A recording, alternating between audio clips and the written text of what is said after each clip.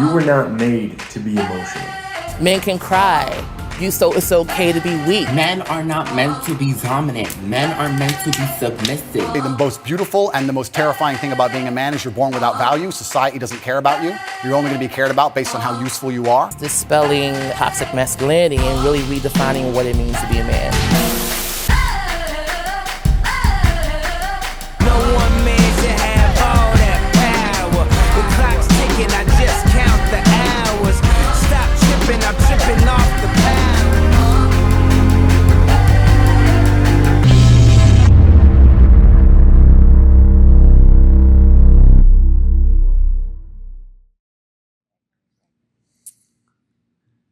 Be a man. Be a man. It's the universal experience of every male in this room that we've had someone look us in the eye and say those words to us. The circumstances may have been different. You might have been in the middle of a game and got injured and you wanted to come out and your coach said, be a man.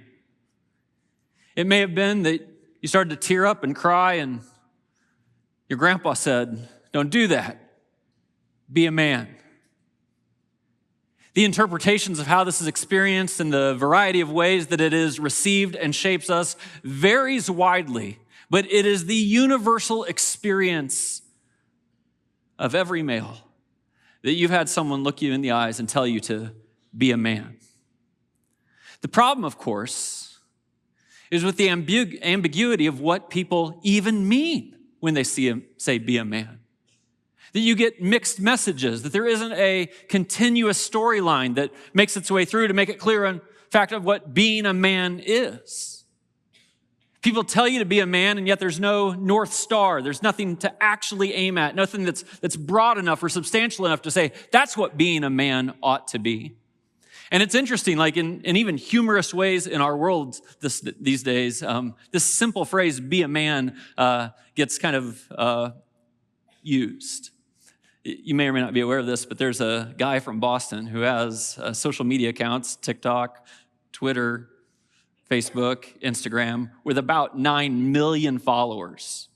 And he produces a single video every day that ends with, be a man. The videos usually only last about 10 seconds, and they range from hilarious to inappropriate to provocative. I left out the inappropriate ones. But let me share with you just a sample of his Be a Man videos. See what you think. Start a new project every day and never finish any of them. Be a man. Spend $80,000 on a truck and don't use it to do any truck things. Be a man. Don't check the weather. Just go outside and deal with it. Be a man. If you're making sandwiches, always leave the knife hanging over the sink in case you want one later. Be a man. Never wear sandals. Real men hide their emotions and their feet. Be a man. If you're at Home Depot, don't ask for help. Grab a forklift and get it down yourself. Be a man. So culturally these days, there are a lot of conversations about masculinity. And most of the conversations live on one of two extremes. Either there's the embrace of masculinity, actually in its toxic form, that leaves masculinity unconstrained and thinks guys should just be able to do whatever they want to do. And then in the opposite way, many people today want to dismiss and disregard masculinity altogether, potentially even eliminating it. This is not a new conversation in our cultural moment. In fact, 25 years ago, a feminist named Christina Hoff Sommers wrote this.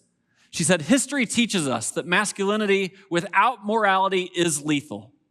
But masculinity constrained by morality is powerful and constructive and a gift to women.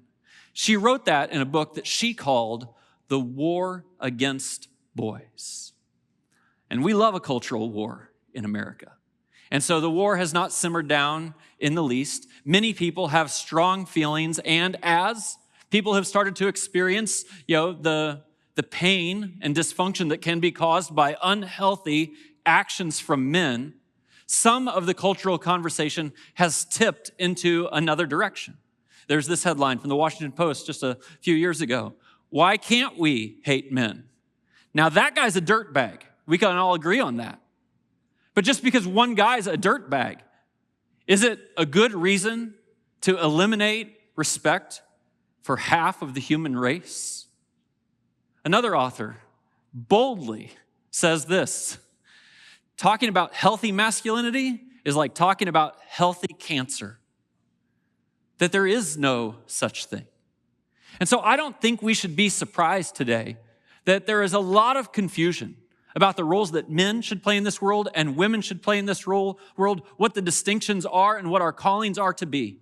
And sometimes in the midst of that confusion, people start to step back, not understand, hesitate, and it keeps us from living into this world in the way that the world needs us. Another feminist, Camille Paglia, said this: when an educated culture routinely denigrates masculinity and manhood, then women will be perpetually stuck with boys.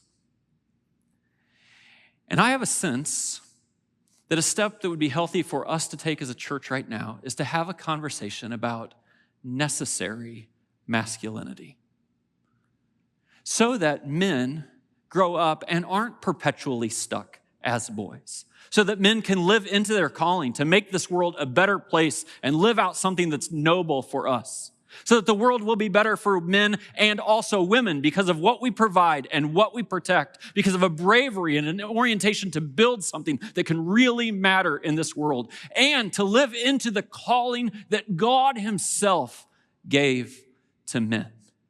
And so for the next 3 weeks, I'm going to talk about necessary masculinity. You know, those extremes are represented in lots of ways. They were represented in the video that played right before my message. And as I was preparing this message, I thought, I want to talk about, or try to answer perhaps, a few different questions. Here's 3 of them. First, do the men of Suncrest look any different than the men of the world? Of course, I hope that the men who are part of our church are being shaped and formed in the healthiest of ways, to understand the role a man would play in the world and to embrace that with everything that he has in the harnessed way that a man's strength and power should be in place. But is it true? Do the men of Suncrest look any different than the guys you work with who aren't followers of Jesus? Second question, do those who follow Jesus really have anything better to offer? Is the example of Jesus a worthy example of masculinity in our world? And if it is, what is that example? Instead of the ambiguous nature of seeing something happen in a boy's life and say, be a man, what would it look like to really raise up young children who are boys, teenagers who are boys, and men who are followers of Jesus and say, no, what the world actually needs is the kind of men who follow Jesus because it's better for our world. And last, and this is just a simple question, what is healthy masculinity? You know, one of the things that happens in conversations about masculinity is that we sometimes errantly, I believe, get caught up on what are just actually temporary cultural stereotypes. And we assign masculinity to things like liking the color blue instead of the color pink. We assign masculinity to being someone who is a hunter and a fisherman, when some of you guys, you are like avid indoors men. But these are just cultural stereotypes. And when we live in the stereotypes, we should not be surprised that there's confusion about gender, because the realities don't live in these cultural stereotypes. Take David from the Old Testament. He was the kind of guy who killed a lion with his bare hands. And he was the kind of guy who played the harp and danced for the king. I think about myself, right? On one hand, I like sports. I could turn anything into a competition. You want to build a fire together? I'm in. Also, I like driving a minivan. I actually like talking about feelings. And I'm good for long walks on the beach. I know it sounds like a dating profile.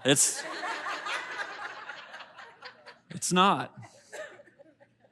It's actually an invitation to move past cultural stereotypes of what we think a man should be and into a grander vision.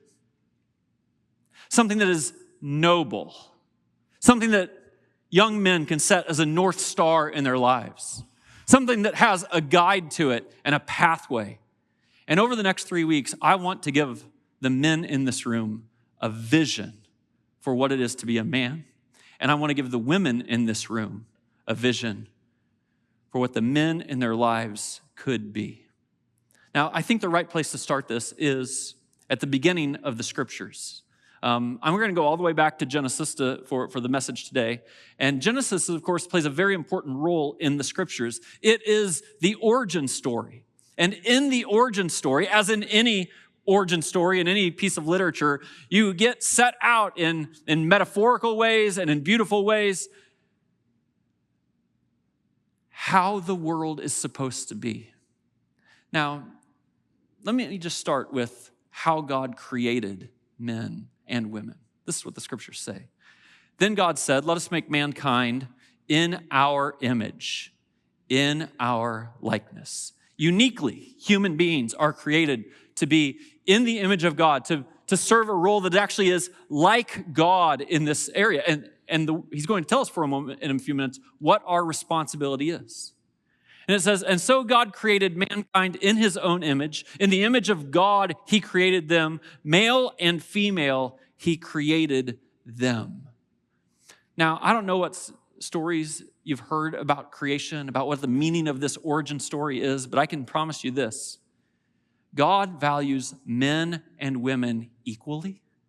He values us collectively and complementary. He wants us to be in this together. This isn't that women were an afterthought. Actually, if you've been around, you've heard me talk about how women are actually the crown jewel of all creation. But in this creation event, when God brought humanity into existence, he appreciated that there was men and there were women, and they had distinctions, but it would be together that they would have to build this world. And ultimately, his reference is this, that God saw all that he had made, and it was very good. That's actually in contrast to what he said after he had created Adam and not yet created Eve, when he said it's not good for man to be alone. And I think if we took some simple takeaways from these very opening verses of the scriptures, we'd come to something like this. Being a male is not inherently toxic. Being female is not inherently inferior. Being male and female is not the same.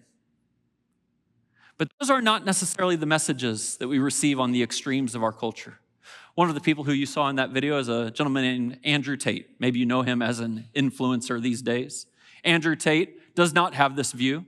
Andrew Tate believes that women are inferior, that men ought to lead the way in everything and women ought to follow and be subservient to that. That is not a scriptural view of this. There are things being written today, maybe you've heard this phrase, the future is female.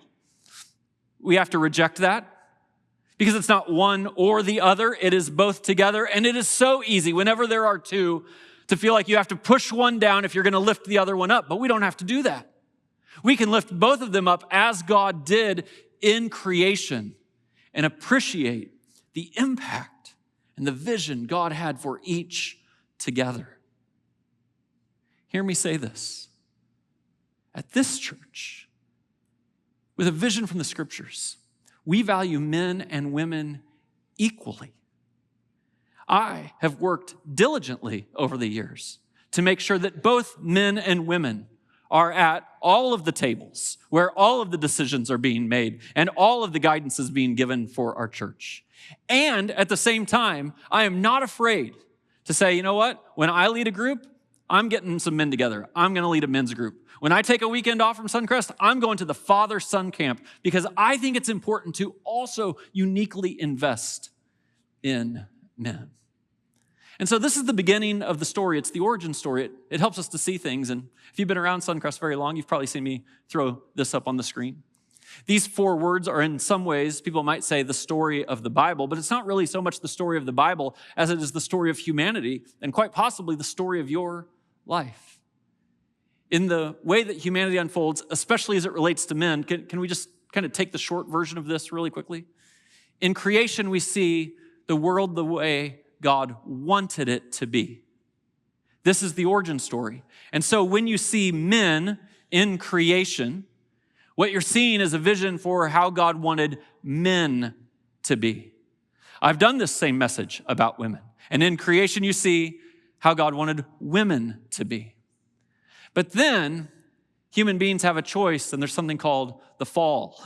It brings brokenness into our world. It's where people disobeyed God. And out of that disobedience, now what we see, and this is most of the story of the world, is how the world is not how God wants it to be. It is a broken masculinity that is often on the pages of our very scriptures. When Christ comes into the world, he brings redemption. And one of the questions that I want to ask and answer is masculinity irredeemable? I do not believe that it is. I believe that each one of us can experience redemption in Christ to fix what was broken and to be invited into a different kind of life. And then the restoration is really God's invitation to all of us to participate, for you and I to take responsibility to put this world back to the way God originally intended it to be.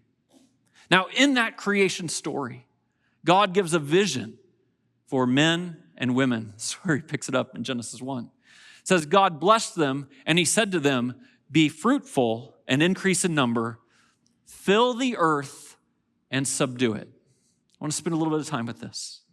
This is the original vision given to humanity. This is when the world was just the way God wanted it to be. And so you and I can hopefully receive this as also the vision he has for us if we're in a healthy place. It is the call of humanity, men and women together, to be fruitful and multiply, to build something. You know, you could reduce this to just having children, but this is Adam and Eve. The calling isn't just to have children, it is to build out children and then grandchildren, so to build a clan and a family, to ultimately be participants in building a healthy society for other people, to build businesses and churches and hospitals and be the kind of people who build something so we can be fruitful and we can multiply together. That is the godly vision for men and women together. And then he says, and to fill the earth and subdue it. So there is a building element to what we're doing. And then there's the idea that we have to bravely protect certain things. God understands, of course, better than anyone, but we probably see this too, that in this world of ours, things can go off the rails. And someone who's going to look at the earth, to build the earth and govern it, it means subdue it, has to be brave enough to insert themselves into a broken situation. To say, I'll stand in the gap. I'll stand in front of the bully. I will do those sorts of things. I'll be brave enough to protect what needs to be protected. Nancy Pearcey, who's one of the great scholars actually on masculinity these days from a Christian perspective, writes this in her book, The Toxic War on Masculinity. God's original purpose for the human race was to create cultures, to build civilizations, and to make history. So, for the guys in the room, there's a vision for you. And this isn't just a series for guys. Ladies, my guess is that you have either been assisted or afflicted by the men in your lives. They've either been healthy to you or unhealthy to you, but you can quite possibly trace the pain of your past and maybe even the dysfunction of your present to things men did. There was potentially sexual abuse. There was physical violence. There was unconstrained aggression. No doubt there's people in this room who had forced abortions at the hands of your boyfriend. You lived with absent fathers. And you competed with alcohol for a guy's affections. When men aren't healthy, it's bad for the world. And when men are healthy, it's good for the world. And collectively, we can build these cultures, to build these civilizations, and to make history. So if I could just say it like this, what is necessary masculinity? Guys, you have a calling to build, providing what is needed. And you have a calling to be brave, protecting what is given. To build and to be brave. To build and to be brave. This is the calling on every man in this room. To build and to be brave. Hey guys, would you say that with me? To build and to be brave. One more time. To build and to be brave. I was leading my guys group a few weeks ago, and a lot of times I'll send them a question that will be the point of our discussion the next Saturday morning when we gather. And a few weeks ago, I sent them this question. I said, who or what would you give your life for? Who or what would you give your life for? That's a great guy question. And actually, as soon as I sent out the question, one of the guys who knew he couldn't be there that Saturday is like, oh, I'm so sad I'm going to miss this. I can't wait to be engaged in this conversation, because it does trip a trigger in guys to say, hey, there's actually a calling us. It can feel even heroic, appropriately heroic at times, to say, I ought to be living a life that builds something and is brave enough that even if it cost me my life, I would step into it. And this is an invitation from God to be the kind of man that God intended men to be, to build something and to be brave. President Barack Obama once shared these statistics, said children without fathers are 500% more likely to live in poverty and commit crime, 900% more likely to drop out of school, 2,000% more likely to go to prison. And then he said this, fatherlessness is a better predictor of incarceration than race or poverty. The world goes off the rails when men are unwilling to build something, to stand in the gap, to provide, and to be brave, to let life cost them something, to do something noble that is beyond ourselves. It is the strong calling of a man. So if that's the creation story, and what we will quickly do is find how Adam reacts in the creation story and then experience the redemption of Jesus in the creation story, maybe we should go back to this list for just a second. After the world was created, very early in the story, brokenness enters the world because of sin. Now, I won't read the whole story to you. I'll tell you in a pretty quick version. God gave to humanity agency. You have the choice. You get to decide. You can choose right or wrong. You can choose godliness or ungodliness. You can choose to trust God and do what he says even when you don't understand. Or you can say, no, I don't trust you, God. I'm going to do this my way. I think you're holding out on me.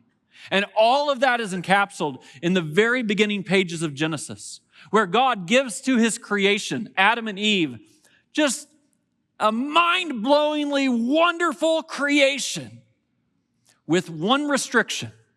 This tree over here, you cannot eat from it. And then Adam and Eve do exactly what you and I do. We're like, but I want that one. But I want that one. Oh, I know I have all this stuff over here, but I want that one. And historically, Eve gets the blame for bringing brokenness into the world. It's not entirely unwarranted. That's what the passage says. When the woman saw that the fruit of the tree was good for food and pleasing to the eye, and also desirable for gaining wisdom, she took some and ate it. That's what she did. You might think she had kind of wandered off from Adam. She took a little stroll. She's like, hey, maybe Adam will never know. I'll go eat from this tree. But that is not what was happening. The very next line of this story says, so she also gave some to her husband who was with her, and he ate it. Adam was not a victim. Adam was an accomplice. The two of them together, believing that they knew better than God, that since they couldn't understand why God would not give them the tree, that they thought they needed to try it out themselves, that they could not trust God for this, choose to go their own way, and their rebellion brings a brokenness into this world. What was Adam doing? Please don't miss this, guys.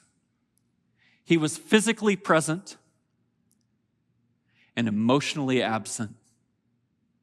He saw what was going down right in front of his eyes, and he chose to do nothing,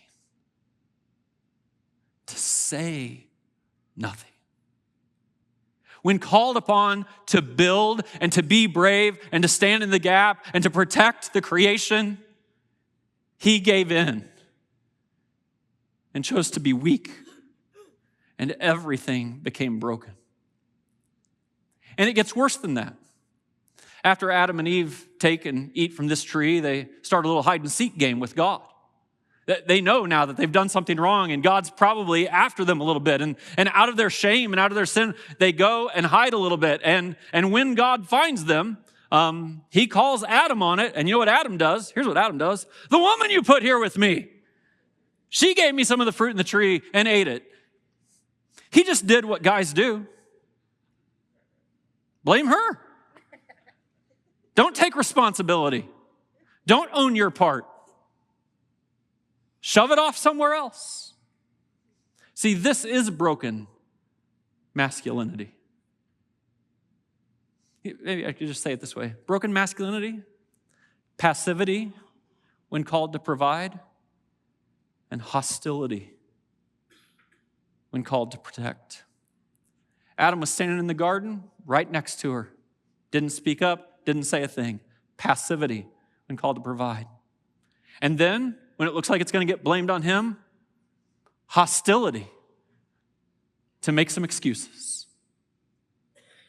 And women, of course, you've experienced hostility from men. I don't know if it was your dad or your uncle or your boyfriend or your brother,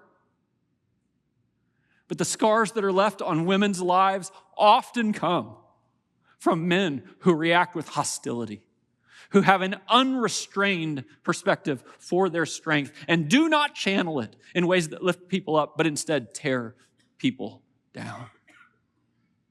And guys, you know we do this. We have this instinct inside of us that doesn't step up. Maybe you've been told to sit on the sidelines, directly or indirectly, and finally you just did it. But you cannot sit on the sidelines. Maybe you had a dream once to build a culture, to build a society, to build a hospital, to build a church, to build a family. But you took a few punches.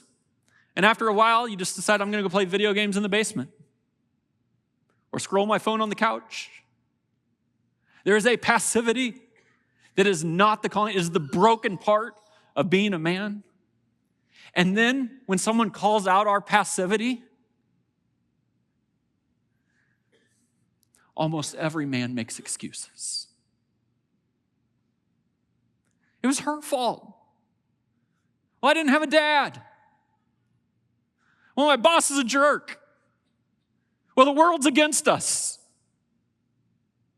And we take our passivity and the feelings that come with it, and when called on it, we react with hostility. And it's a cycle that doesn't end. This broken world may be best described a little later in Genesis chapter 3. This is the curse of the world. It's not the way the world's supposed to be. He says to Eve, you will desire to control your husband, and he will rule over you. And this is a bad cycle, but it's known in marriages. Right? Ladies, Thank you. Maybe he was passive. Maybe he was a little hostile. You know how you're going to react to that. You're going to try to control him. But husbands don't need another mom. They need a wife. And when you try to control him, guess how he's going to react? With a passivity to either check out, because I guess you'll be in charge of everything, or with a hostility to react, and it blows up in anger that's untamed. And we all have to pay attention to this, that the cycle of brokenness in our world will stay exactly as predicted unless we do better. Men, to do better. CBRR, Creation, Brokenness, Redemption, Restoration, shows us that there is a way out of this brokenness. The way the world is not the way the world has to be. And toxic masculinity or passive masculinity is not the path. The invitation of Jesus is to bring you redemption and to redeem your masculinity. Think about Jesus himself. Not passive, not hostile.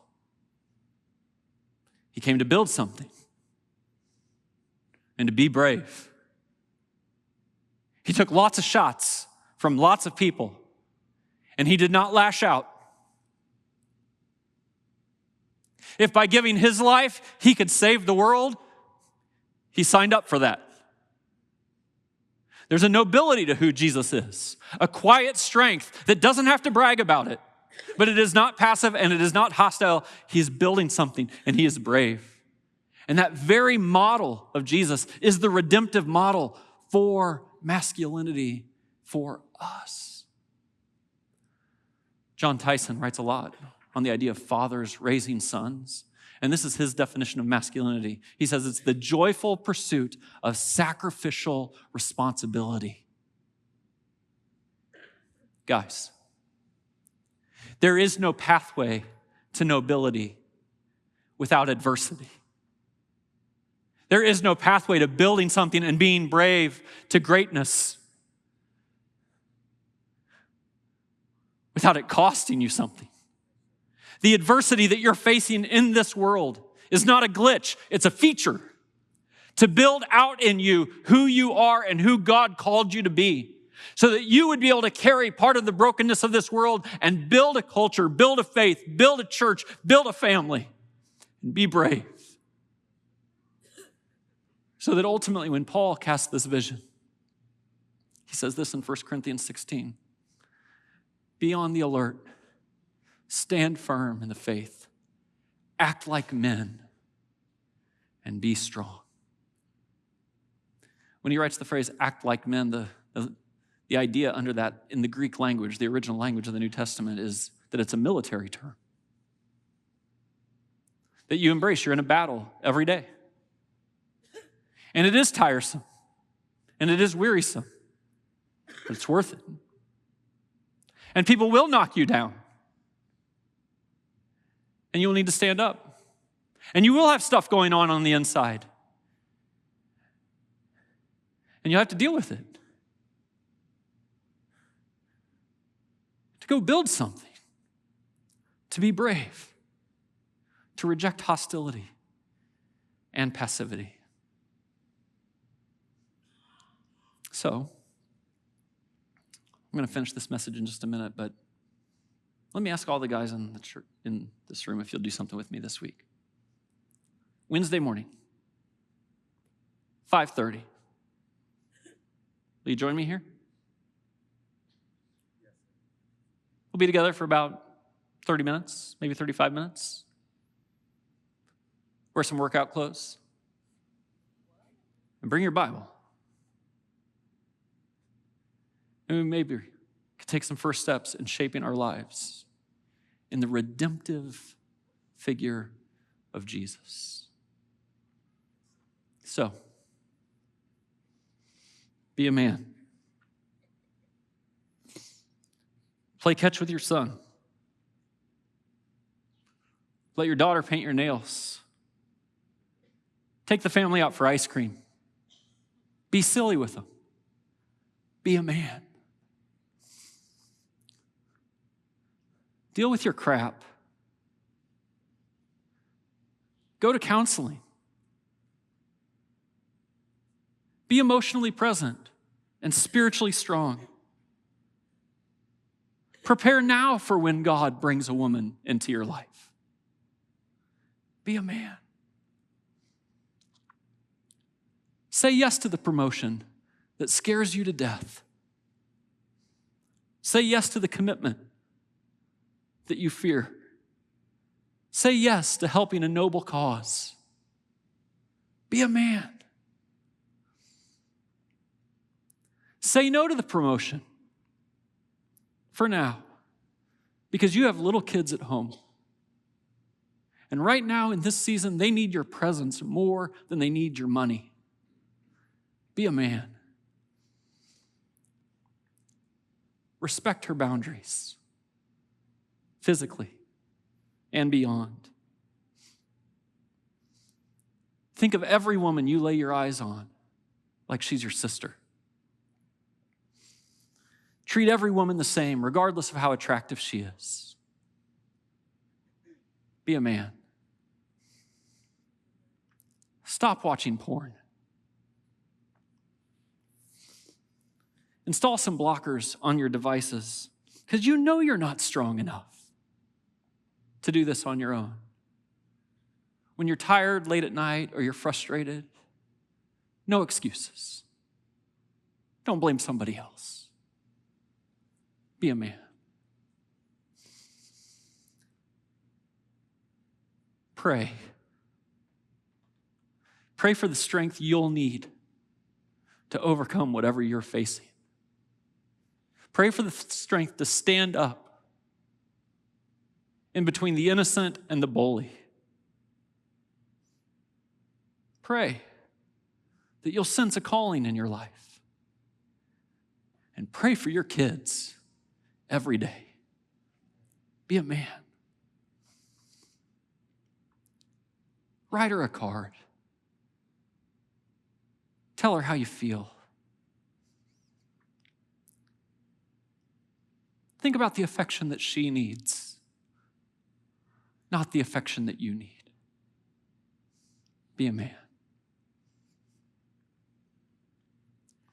Care for your aging wife. Wash her. Sing to her. Listen to her, even when she can do nothing for you. Be a man. Forgive your dad. Be a man. Show her grace. Be a man. And lay down your life for something worthwhile. Go build something and be brave. Be a man. Wednesday, 5:30 a.m., right here. Would you stand with me? Well, I really hope that was helpful for integrating faith with life.